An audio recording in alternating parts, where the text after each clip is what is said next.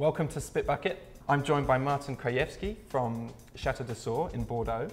And before we get on to taste a couple of these beautiful rosés, for which he's now quite famous, I'm going to try and get a few bits and pieces from his background. So Martin, tell me, how did an Englishman end up owning a chateau in Saint-Emilion? There's an Australian journalist a couple of years ago wrote an article about me, and the heading was "An Englishman with a Polish name living in Bordeaux making wine in Australia." That's pretty complicated, but it's all true. I invested in Chateau De Sours in 1995 and eventually was asked to join the board in 2003 and thought I could do a better job, so I took it over in 2004. Having worked for 35 years in the city, it was a breath of fresh air. However, I didn't think it was going to be a full-time job. I can sympathise. I did 1 full year in the city, and that was as much as I could take before I escaped for Australia for wine. So I know what you're talking about, but it sounds like it's worked out very well since then. It's become rather more than I ever imagined. It's very all-consuming, and I think everybody that gets involved in the wine business and stays in it has to be terribly passionate and committed to it. It's waking up in the morning, listening to the birds singing, walking out through the vines, actually seeing what you're making, and then seeing your wine sold around the world and enjoyed around the world is a very, very special thing. Fantastic. And is it right, Swig, that we're going to Bordeaux for the next edition of this to visit the chateau? Great, I thought so. Let's start with the rosé or the sparkling rosé? Let's start with the rosé because it's easy to open with that efficient Stelvan closure. And this is red and white, the colours of your beloved Arsenal. Is there any signification even? Only that I ship an imperial of Chateau De Sours rosé into the Arsenal dressing room on each victorious occasion. So you're shipping quite a lot at the moment then? Not as much as I'd like to. Now tell me, how is this rosé made? Is it different to any you'd find in Australia? I think so. First of all, we're talking about different countries, different climates, different terroirs, different problems that you experience here in making wine to that we have in Bordeaux. Bordeaux is a cool climate. I think one of the difficulties here in Australia is the climate, is the heat and the ripeness of the fruit. We don't have that problem, or we're able to cope with it far more efficiently in Bordeaux. As far as Chateau De Sours is concerned, we are a specialist producer of rosé. We're probably Bordeaux's largest specialist producer of rosé.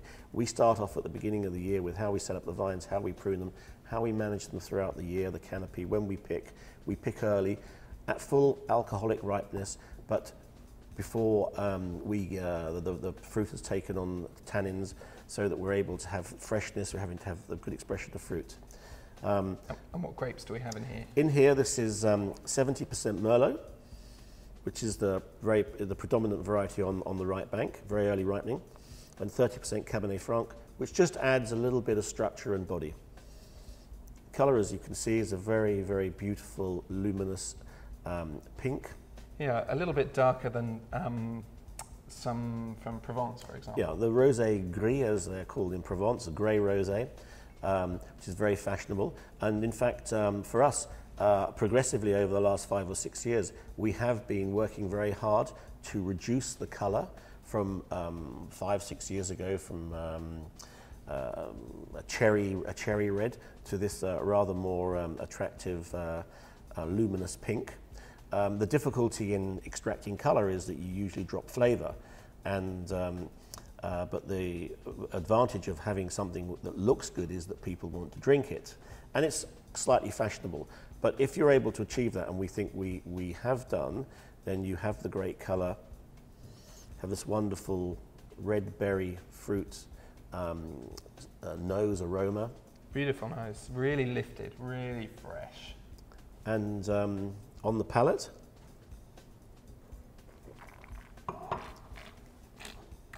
it's very supple, good minerality, a little bit of grapefruit, strawberries and cream, a long dry finish with just a moment of lingering sweetness. Not real sweetness, but it's really mouth-watering sweetness. It makes you want to have another glass. So let's go for the sparkling rosé next. Now, is this made in a specific way? It's the same as rosé from Champagne, or Yes. different? So we're working with fruit only from our vineyard, whereas we're picking the fruit for the still rosé at about 12.5 degrees alcohol. We're picking the fruit much earlier, 2 weeks, almost 2.5 weeks earlier for the still rosé, picking at around 10 degrees, because under the secondary fermentation, we're going to add sugar and yeast, and we're going to increase the alcohol up to about 12. So the rosé is made in the same way, stainless steel tank for fermentation, cold stabilized, and then secondary fermentation in bottle in a traditional champagne method. I say method rather than style, because when we come to taste this, we'll see that it is very much an expression of the fruit without quite the same acidity and perhaps the toastiness that you'd expect from champagne. Again, for me, a very attractive colour, a good mousse when the wine's first poured, good consistent small bubbles. On the nose, you can smell the fruit, and you know that you're going to get something fizzy. It's not a complex, complicated wine. It's easy to drink, I think. For me, it's crushed raspberries with some nice, smooth, consistent bubbles, with a little bit more sweetness than the still rosé, but more on the dry side than perhaps is usual. I think it's, like you said, it's perhaps not the complexity or the yeasty characters of champagne, but it's got the fruit intensity, which makes it a really pleasant drink. Absolutely, I'm really enjoying that. Very difficult to buy it by the glass, because you always need to drink at least a bottle. Yum. Great. Well, thank you very much for bringing those rosés in today. Let us know what you think about rosé. There's been a lot of talk recently about rosé in the press, and it's definitely a category in Australia that is on the move, both in terms of winemaking, it's getting better, and also interest from yourselves. So if you've had a really good rosé recently, let us know. Leave us a comment, or if you've been to Bordeaux, or if you buy regularly wines from Bordeaux, then let us know what you think, and if you've tried any rosés from there. And most importantly, look out for Chateau De Sours when you're in the shops and restaurants in the future. And for the moment, we shall say thank you for joining us today, Martin. And remember, this is Spit Bucket, where we spit so you don't have to.